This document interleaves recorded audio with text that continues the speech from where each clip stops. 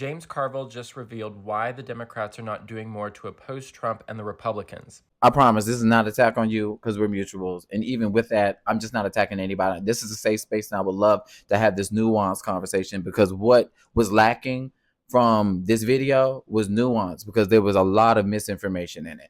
As far as James Carville is concerned, I don't give a fuck about that man. He has absolutely no influence in the Democratic Party. He does need to sit the fuck down. So I agree with you on that level. But fuck him, since he said that we lost this election due to woke politics and defund the police, when nobody in the Democratic Party in 2024 election was running off of no motherfucking defund the police. Number two, Democrats are not going to take this advice on punishing us by doing absolutely nothing and letting us suffer because we allowed a Trump presidency. Last night was a prime example that Democrats are not abandoning us. They voted no on that budget bill that was introduced by the House Republicans.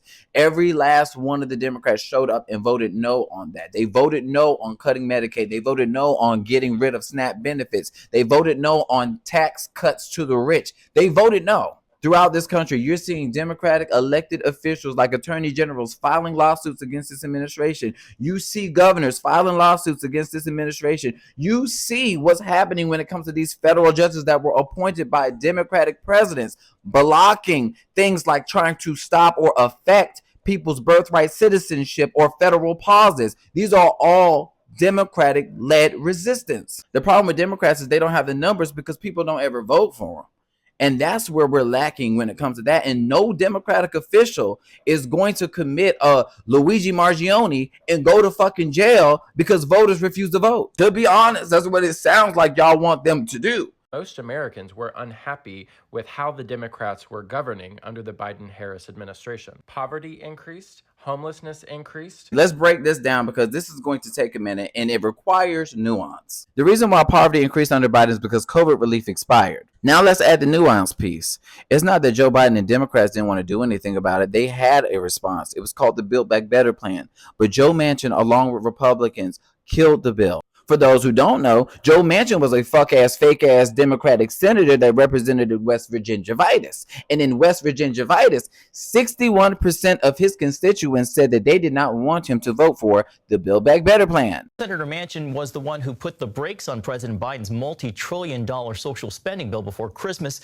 And one poll shows 61% of West Virginians support his stand. West Virginia voted overwhelmingly for Donald Trump in the last election, so it's no surprise that people in small towns like this across the state are applauding Manchin's no vote on the Build Back Better program. But it also shows that Manchin himself would like to keep his job. So back when we were trying to pass the Build Back Better plan, which would have addressed all these issues when it comes to poverty, Joe Manchin didn't give a shit that Joe Biden called him out. He didn't give a fuck about any of his other colleagues calling him out in Congress. He didn't give a fuck about the collective of most Democrats supporting this policy. It was his constituents that he had to answer to. Rather than coming together for a common goal and purpose and making Joe Manchin irrelevant while maintaining the House and Senate, we wind up flipping a Senate seat, which was John Fetterman. But however, we wind up dropping the ball when people got complacent and we lost the House. Billions of dollars spent in foreign wars, inadequate response to disasters. We could go on. This is slightly misleading depending on you look at it. 53% of Americans actually supported us sending money to Ukraine. 75% of Democrats supported it.